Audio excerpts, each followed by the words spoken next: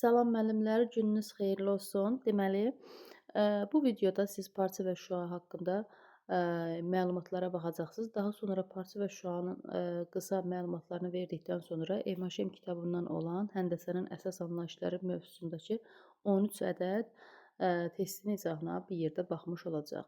Ümumiyyətlə parça nədir? Parçanın tərifi odur ki, eyni düz xətt üzərində yerləşən iki nöqtəni birləşdirən hissəyə parça deyilir. Yəni bu nə deməkdir? İki nöqtəni birləşdirən.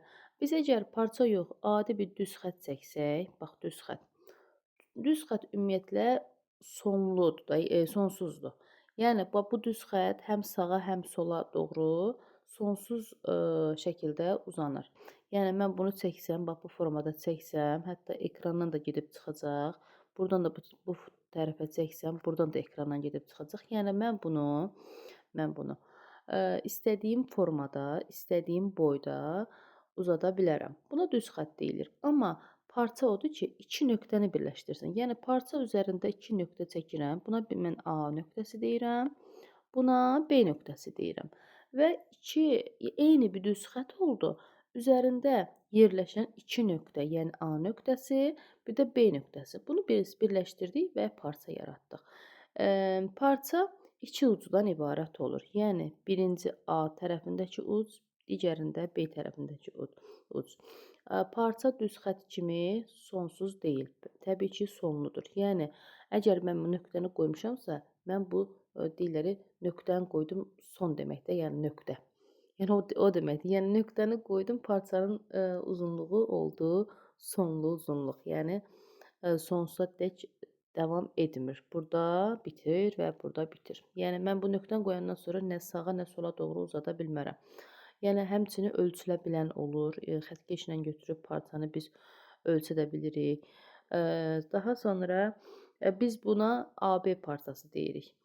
Və parçanın sayının tapma düsturu, məsələn, eyni bir düz xətt üzərində neçə dənə nöqtə varsa, tutaq ki, n nöqtə var. Əgər n qədər nöqtə varsa, biz n vurulsun, n çıx 1 bölünsün 2 düsturundan istifadə edirik. Gəlin bu düsturu tətbiq eləyərək müəyyən bir düz xətt üzərində nöqtələr qoyaq və oradakı parçalarının sayını tapaq. Məsələn, tutaq ki, indi yuxarıdakı elə şəklin üzərində nöqtələri qoyacağam. Tutaq ki, burada AB parçasıdır. Təbii ki, burada bir dənə parça var. Bunu biz bu düsturdan istifadə etməyə gərək yoxdur. Yox, əgər əlavə olaraq, məsələn, burada C parçası olsaydı, sonra bircə dəqiqə, D parçası olsaydı, Y parçası olsaydı, F parçası olsaydı əgər. Yəni A, B, C, D, Y, F parçaları olsaydı və mən bu düz xətt üzərindəki nöqtələrin, yəni parçaların sayını necə tapmış olacaqdım? Əvvəlcə nöqtələri sayıram. Neçə dənə nöqtə var? 1, 2, 3, 4, 5, 6 nöqtə var. Deməli, aparırıq n-in yerinə, n-in yer 6-nı qoyuruq. 6 vurulsun, 6-dan 1 çıxıram, 5, bölürəm 2-yə, bərabərdir. 6-nı 5-ə vurdum, 30, 2-yə böldüm, 15. Deməli, bir düz xətt üzərində əgər 6 nöqtə varsa, bizə 15 parça verir deməkdir. Dediyim kimi, n burada nöqtələrin sayıdır.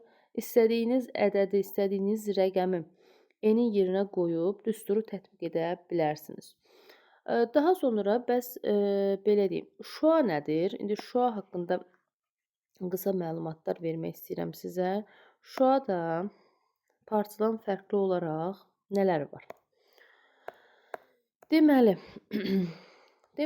şüa əslində biz parçanın tərifini necə demişdik? Demişdik ki, eyni bir düz xətt üzərində yerləşən iki nöqtəni birləşdirən hissəyə parça deyilir. Amma parçanın sonu var idi da, düzdür? Şüada isə belə bir tərif deyirəm sizə. Bir başlanğıc nöqtəsi olan və yalnız bir istiqamətdə sonsuza dək uzanan hissəyə şüa deyilir. Nə deməkdir bu? Bir başlanğıc nöqtə nə deməkdir? Bax, nöqtəni yazıram, qoyuram buradan və nöqtəsi olan yalnız bir istiqamətdə uzanan. Bax, bu formada uzatsam əgər, Bu sonsuz sayda davam edəcək.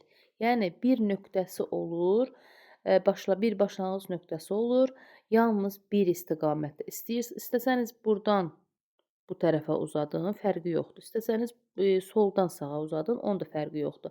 Yəni əsas odur ki, bir başlanğıc nöqtəsi olsun və yalnız bir istiqamətdə sonsuzadək uzansın. Və mən məsələn bura bir A nöqtəsi deyirəm. Burada bir B nöqtəsi yazıram. Buradakı B nöqtəsi yazmağım o demək deyil ki, bu burdan bu tərəfə məsələn sonsuzadək uzanmayacaq. Xeyr. Məsələn, bunun da özünün düsturu var.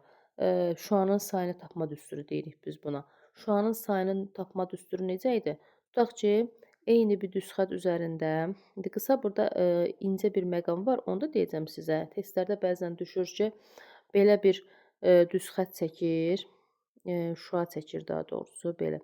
Üzərində nöqtələr qoyur da. Tutaq ki, A, B, C, D, nə bilim mən, Y nöqtəsi. Deyir ki, burada neçə dənə şua var. Və yaxud da, qoy bunu sileyim. Və yaxud da, eyni o formada bir dənə düz xətt çəkir. Burdan A, B, C, D, Y. Bax, bu formada nöqtələr qoyaraq mənə deyir ki, yuxarıdakında da, aşağıdakında da neçə dənə şua var. Hər birində, məsələn, bura A variantı deyək, burada B variantı. A variantındakı şuada, düz xətt üzərində neçə şua var, B variantındakı düz xətt üzərində neçə şua var. Bunları ilk görüşdə deyirsən ki, məsələn, eyni nöqtə sayıdır 2, 4, 5. Yəni hər birində 5 dənə nöqtə var da. İndi bununla bir nöqtə kimi nəzərə alsaq, əgər bunlar da bir nöqtə kimi nəzərə alsaq, 5-5 nöqtələri var. Amma ümumiyyətlə şuanın sayını tapma düsturu 2n düsturu ilə hesablanır. Yəni bu qaydamızdır. 2n düsturu ilə hesablanırsa, əgər mən bu düsturu əslində harda tətbiq eləyə bilərəm? Baxın, aparıb bu şəkildə tətbiq eləyə bilərəm. Niyə görə? Bu 2n nə deməkdir? 2n, buradakı n nəyin sayıdır? Nöqtələrin sayıdır. Baxıram 1, 2, 3, 4, 5 dənə nöqtə var. Deməli, bu şuada, bu düz xətt üzərində 10 dənə şua var. Yəni 2-ni vurdum 5-ə, 10 elədi. Düzdür? Amma digər B variantındakı şəkildə cəmi elə 5 şua var. İndi niyə görə onu deyəcəm. Baxın, belə deyim, şua nöqtə qoyulurdu və bu nöqtədən bir başlanğıc nöqtəsi olurdu və yalnız bir istiqamətdə sonsuzadək uzanırdı. Düzdür? Əgər bu nöqtədən bu tərəfə və bu tərəfə sonsuzadək uzanan bir düz xətt varsa, deməli A nöqtəsindən 2 dənə şua çıxmış olur. Bu deməkdir. Eyni ilə, məsələn, bu tərəfə sonsuzadək uzanır, biri də bu tərəfə sonsuzadək uzanır və gedir. Eyni ilə B nöqtəsində də. B nöqtəsinə baxanda, B nöqtəsinə. Deməli, B-dən də 2 dənə şua çıxır. Biri sol tərəfə, biri sağ tərəfə. Daha sonra C-dən də 2 dənəsi çıxır, D-dən də 2 dənəsi çıxır, Y-dən də 2 dənəsi çıxır. Çünki buradakı A nöqtəsinin bu tərəfində, yəni sol tərəfində heç bir nöqtə yoxdur. Sonsuzadək uzanan bir hissə görürük. Amma aşağıdakı şəkildə görürsüz, sadəcə parça kimi bir nöqtə qoyulub və bu tərəfə sonsuzadək uzanıb. Düzdürmü? Ona görə mən deyə bilmərəm ki, artıq burada A nöqtəsindən 2 dənə şua çıxıb. Deyə bilmirəm, çünki bir dənə şua çıxıb. Çünki bu tərəf qapalıdır, bu tərəf qapalıdır, yoxdur, bağlıdır. B nöqtəsindən də 2 deyə bilmirəm, bir dənə şua çıxıb. C nöqtəsindən bir dənə şua çıxıb. D nöqtəsindən bir dənə şua çıxıb. Y nöqtəsindən bir dənə şua çıxıb və s. və s. Yəni, əgər əvvəl, yəni baş tərəf bağlıdırsa, elə olduğu kimi nöqtələrin sayı qədər şua olur.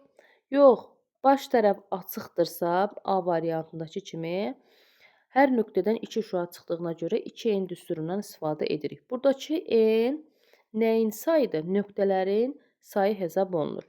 Dediyim kimi, birinci A variantında baş tərəfdə açıq olduğu üçün, yəni baş tərəfdəki A nöqtəsi var ha. A nöqtəsindən sola tərəf sonsuzadək uzanan bir düz xətt olduğu üçün biz bunu 2 endüstri ilə hesablaya bilirik. Çünki hər nöqtədən 2 şüa çıxır. Yox, B variantındakı kimi qapalıdırsa, yəni sadəcə sağa tərəf düz xətt sonsuzadək uzanırsa, biz buna deyirik ki, nöqtələrin sayı qədər şüa var və s. Bu qədər. Yəni elə bir çətin bir şey yoxdur. Şüanın bir başlanğıc nöqtəsi var, bunu bilirik. Şüa yalnız bir istiqamətdə sonsuzadək uzanır. Yəni bu o deməkdir ki, bir istiqamət. Yəni burdan A nöqtəsini qoyuram, yazıram bura A nöqtəsi. Ya bu istiqamətdə uzanır, ya da belə uzanır. Yəni hər iki tərəfə də uzana bilir də. Yəni əsas odur ki, bu A nöqtəsi yazıram, amma burdan 2 şüa əmələ gəlir. Bunu bilmək lazımdır. Şüanın uzunluğu sonsuzdur. Şüa ölçülmür qətiyyən. Niyə görə? Düz xətt kimi ölçülmür. Düz xətt dedik ki, sonsuzdur da. Hər hansı tərəfə uzatsaq, nə qədər uzatsaq, o qədər davam eləyəcək. Eynilə şüadır. Şüanın bir tərəfi məsələn, şüanın özü də sonsuzadək uzanan hissəyə deyirdik də biz. Daha sonra nə deyə bilərəm? 2 endüstrini dedik. Belə hər nöqtədən də 2 şüanın çıxdığında dedik. Məsələn, bir nöqtədən də 2 şüa çıxır. Yuxarıdakı A variantdakı şəkil kimi. Amma aşağıdakı variantda hər nöqtədən bir şüa çıxdığı məlumdur bizə. Bunları dedik. İndi gəlin keçək. MHM kitabından həndəsənin əsas anlayışları olan hissəyə. Deməli, həndəsə məsələlərinin əsas anlayışlar hissəsində birinci suala baxırıq. Deyir ki, şüa üzərində A, B, C, D, Y və F nöqtələri qeyd olunmuşdur. Alınan şüanın sayını tapın. Gördüyünüz kimi, bundan əvvəlki dəqiqələrdə nə demişdim? A və B variantındakı düz xətt üzərindəki şüaları çəkmişdim və demişdim ki, əgər A-dan çıxan şüa tək bir nöqtədən çıxırsa, yəni hər iki tərəfə uzanmırsa, bunda 2 endüstrini tətbiq etmirik. Sadəcə nöqtələrin sayı qədər şüanı tapırıq. Yəni burada neçə nöqtə var? Hər bir nöqtədən bir şüa çıxıb. Onda 1, 2, 3, 4, 5, 6 dənə nöqtə olduğuna görə biz elə 6 dənə şüa var demək deyirik. Niyə görə? Çünki bu tərəfə sonsuzadək uzanan bir düz xətt yoxdur. Daha sonra ikinci suala baxırıq. Deyir, düz xətt üzərində A, B, C, D, Y, F və H nöqtələri qeyd olunmuşdur. Alınan şüaların sayını tapın. Baxın, bu şəkillə bu şəklin arasındakı fərqə baxın. Bu şəkillə bu şəklin arasındakı fərq o deməkdir ki, A-dan hər iki tərəfə şüa çıxıb. Yəni, gördüyünüz kimi, buradan da sonsuz tərəfə uzanıb, buradan da sonsuz tərəfə uzanıb. Deməli, hər bir nöqtənin 2 şüası var. Ona görə 2 endüstrindən istifadə edirik. Nöqtələrin sayı 1, 2, 3, 4, 5, 6, 7 dənə nöqtədir. 2-ni də vururuq 7, verəcək bizə 14. İkinci sualda cavabımız C variantına bərabərdir.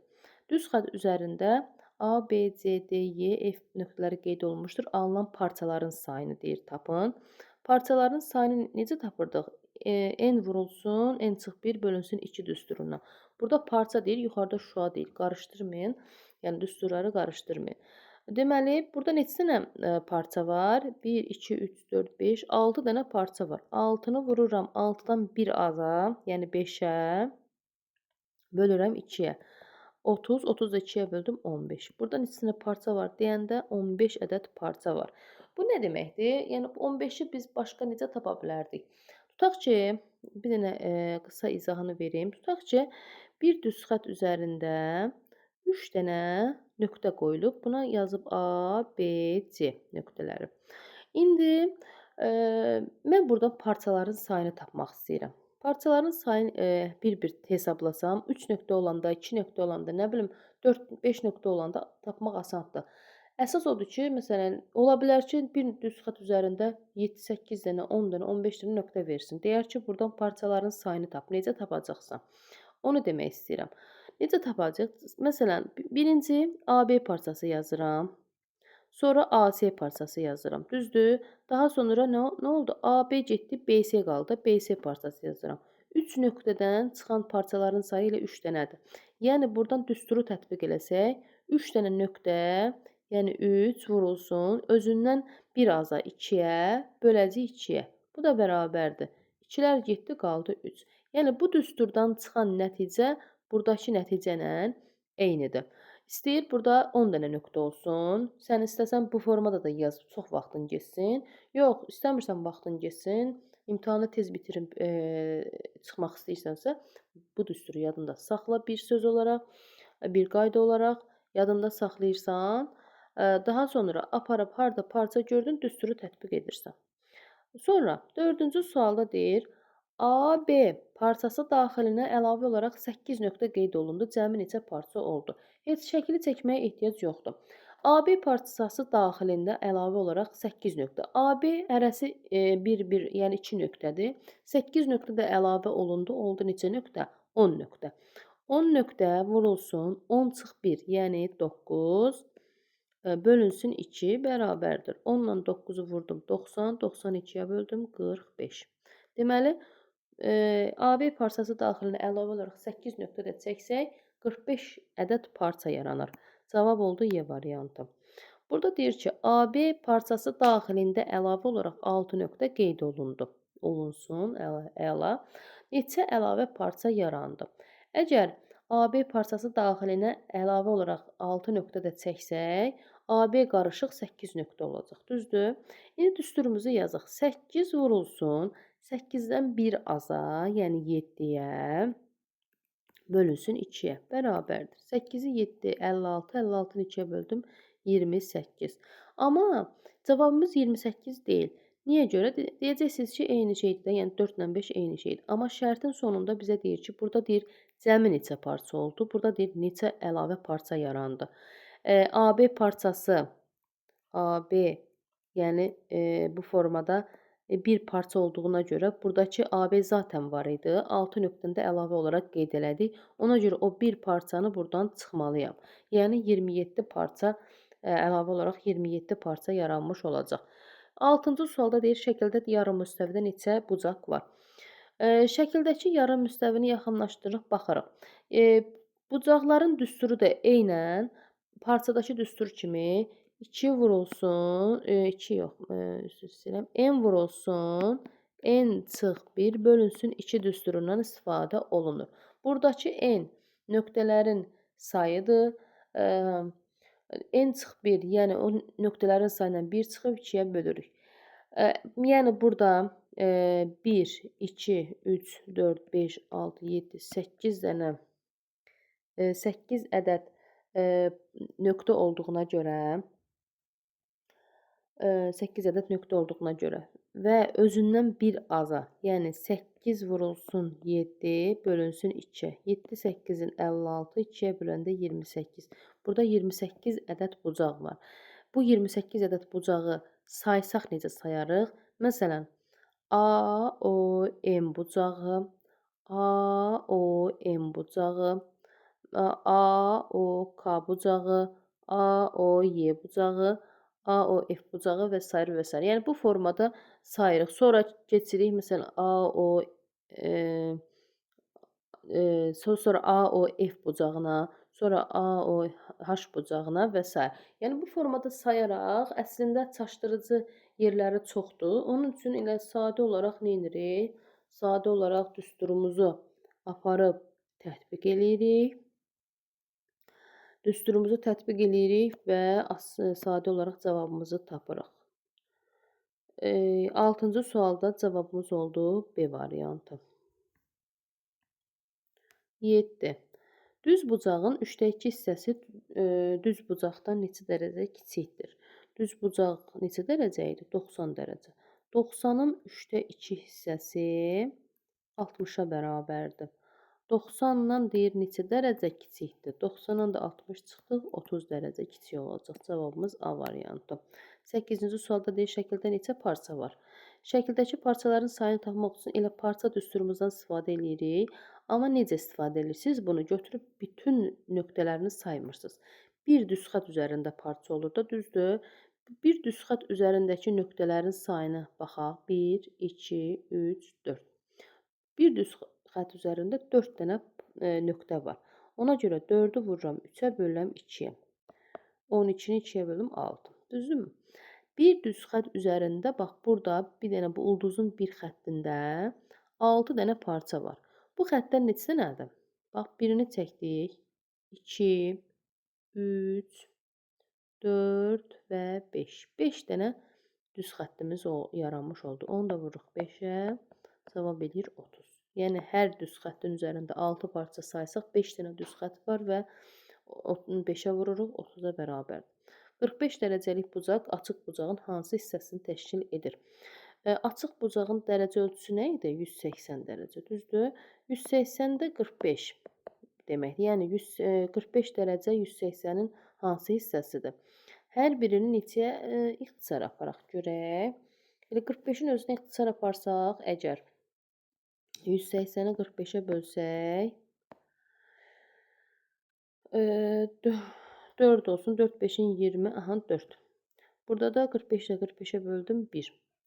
Deməli cavabımız oldu C variantına bərabər. 10-cu suala baxırıq. Açıq bucağın 4də 1 hissəsi neçə dərəcədir? Açıq bucaq neçə idi? 180 dərəcə. 180-in də 4də 1 hissəsi 180 ilə 4 ixtisar gedir. Burada qalır 45. 45-də 1-ə vururam. 45 dərəcə. Cavab oldu C variantı. 11. Açıq bucağın 5də 2 hissəsi ilə düz bucağın 3də 1 hissəsindən neçə dərəcə böyükdür? Açıq bucağın 5də 2 hissəsi, açıq bucaq 180. 180-in 5-dən 2 hissəsi nə qədər eləyir? 180 ilə 5 getsin. Burada qalsın 3 5-in 15, 30-u 5-ə bölündə 6. 36-da 2-yə vuraq 72. Deməli, açıq bucağın 5də 2 hissəsi 72 dərəcədir. Düz bucağın 3də 1 hissəsi bəs 90-ın 3-dən 1 hissəsi. Bu da eləyir 30. Deyir, bu bundan nə qədər böyükdür? 72-dən də 30 çıxıram. 42 dərəcə böyük olacaq. 12-ci suala baxıram. Uzunluğu 24 sm olan parça 4 bərabər hissəyə bölünüb. Deməli, 24 bölünsün 4 bərabər 6. Deməli, hər hissənin uzunluğu 6-dır. Amma 4 dənə yerdən kəsilməyib. 3 yerdən kəsilib ki, 4 hissəyə bölünüb. Düzdürmü? İndi deyir, birinci və dördüncü hissələrin orta nöqtələri arasındakı məsafəni tapın. Hər hissənin də uzunluğunu 6 olaraq bilirəm. Və birinci birinci və dördüncü hissələrin orta nöqtələri. Bax, bu hissənin orta nöqtə birincidə budur, sonuncuda da budur. Bununla bunun ortasında qalan hissənin məsafəsini istəyir bizdən. Deməli, hər hissə 6-dır. Bunun yarısıdırsa, bura 3-dür, bura 3-dür. Deməli, ümumilikdə 3, 3, 6, 3 dənə 6 var. 3-ü də vururam 6-ya. Cavabda verir 18. Cavab olacaq Y variantı. 13-ə baxırıq. Uzunluğu 60 sm olan parça 12 bərabər hissəyə bölünüb. Eyni ilə burada da 60-ı bölürəm 12-yə. Hər hissənin uzunluğu 5-dir. Amma 12 bərabər hissədirsə 11 yerdən kəsə. Bunun bir əhəmiyyəti yoxdur bu misalda. Amma yenə də deyirəm. 3-cü və 10-cu hissələrin orta nöqtələri arasındakı məsafəni tapın. Deməli, 10-cudan 3-cünü çıxıram. Cavab olur 7. Yəni 7 hissənin bizdən məsafəsini istəyir və hər hissənin də uzunluğu 5 sm olduğuna görə 7-ni vururam 5-ə, 35-ə bərabərdir. Cavab C variantı. Belə əziz müəllimlər, həndəsənin əsas anlayışları hissəsindən olan 13 sualın izahına baxdınız. Gələn izahlarda görüşənədək sağ olun.